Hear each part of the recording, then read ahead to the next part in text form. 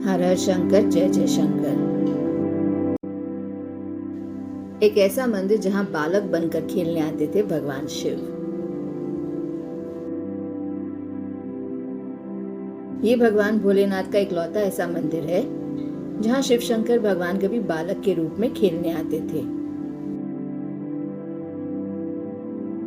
भोलेनाथ भगवान ने एक कन्या की मनोकामना पूरी करने के लिए यह रूप लिया था। यह कन्या कोई आम कन्या नहीं थी।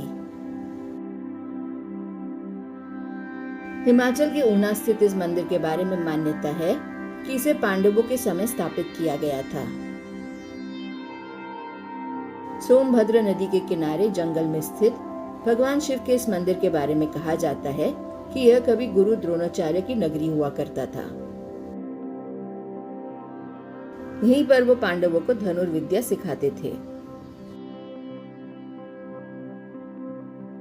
मान्यता है कि गुरु द्रोणाचार्य रोज यहाँ से कैलाश पर्वत पर शिव जी की आराधना के लिए जाते थे। उनकी एक पुत्री थी जिसका नाम जजयाति था।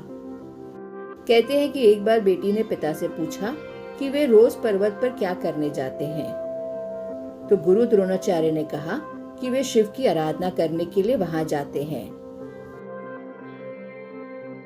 एक दिन जजयाति भी उनके साथ जाने की जिद करने लगी। इस पर गुरु द्रोणाचार्य ने कहा कि वो अभी छोटी है, इसलिए वह घर पर ही शिव की आराधना करे। मासूम जजयाति ने शिवबाड़ी में ही मिट्टी का शिवलिंग बना लिया और उसकी पूजा करने लगी। उसकी निस्वार्थ तपस्या देख भगवान शिव बालक के रूप में रोजाना उसके पास आने लगे और उसके साथ खेलने लगे। बाद में जजयाति ने यह बात अपने पिता को बताई। अगले दिन गुरु द्रोणाचार्य कैलाश पर्वत पर ना जाकर वहीं पास में छिपकर बैठ गए। जैसे ही वह बालक जजयाति के साथ खेलने पहुंचा तो गुरु द्रोणाचार्य उस बालक के प्रकाश को देखकर समझ गए कि ये तो साक्षात भगवान शिव ही हैं। गुरु द्रोणाचार्य बालक के चरणों में गिर गए और भगवान ने साक्षात उन्हें दर्शन दे दिए। भगवान ने कहा कि ये बच्ची उन्हें सच्ची श्रद्धा से बुलाती थी, इसलिए वे यहाँ पर आ जाते थे।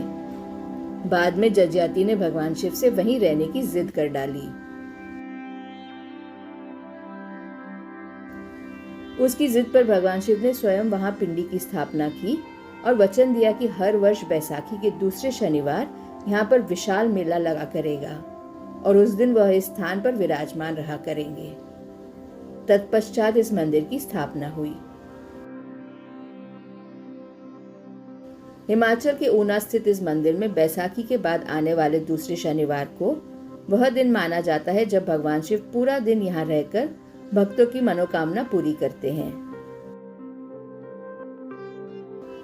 कहा जाता है कि शिवबाड़ी में पहले भूत प्रेतों का वास था।